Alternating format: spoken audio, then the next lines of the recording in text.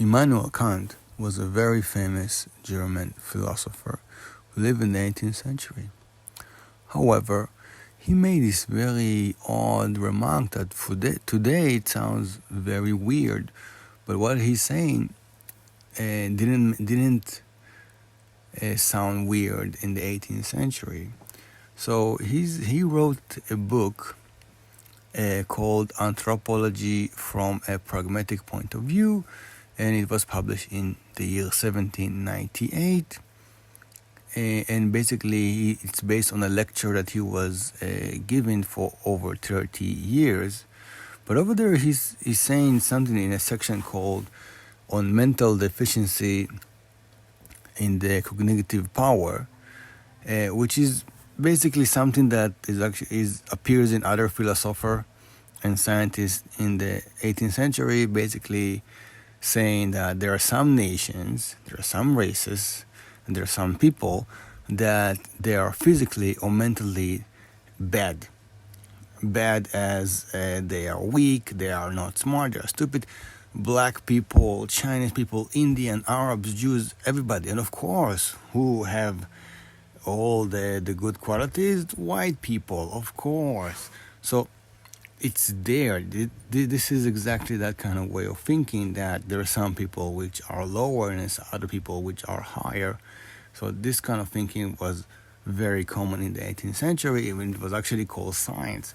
But check out what he's saying. He's saying something like this: the Palestinians living among us have, for the most part, earned an unfounded reputation for being cheaters.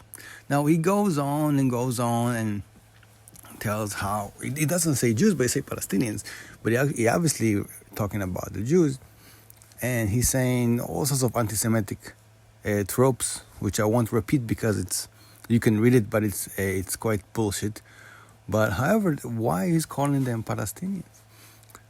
Well, the thing is that he didn't even think that there is a problem to call Jews Palestinians. Doesn't matter if those Jews are living in Germany or in East Europe.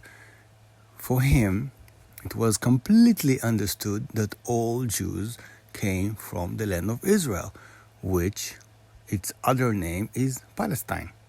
And in the 18th century, the land of Israel was a part of the Ottoman Empire. It was not called Palestine. It was not called Israel. It was not called Judea.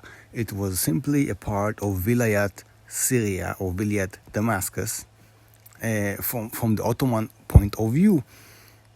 But Europeans refer to it, only European, not Jews, they refer to it as Palestine simply because this is the Roman or Greek name for the land. They could have called it the Holy Land. Now you wouldn't call the Jews Holy Landers, right?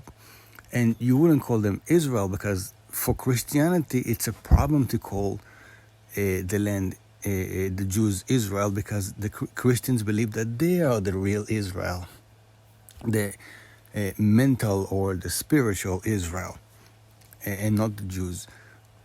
And that's why the name Palestine, from a Christian point of view, is a very easy name to use, even though this is a foreign Roman and Greek name that was imposed on the land and was later forgotten. And the people in the land itself, the Jews and the Arabs and Muslims, never used that name. Almost never. This is a name that is appropriate.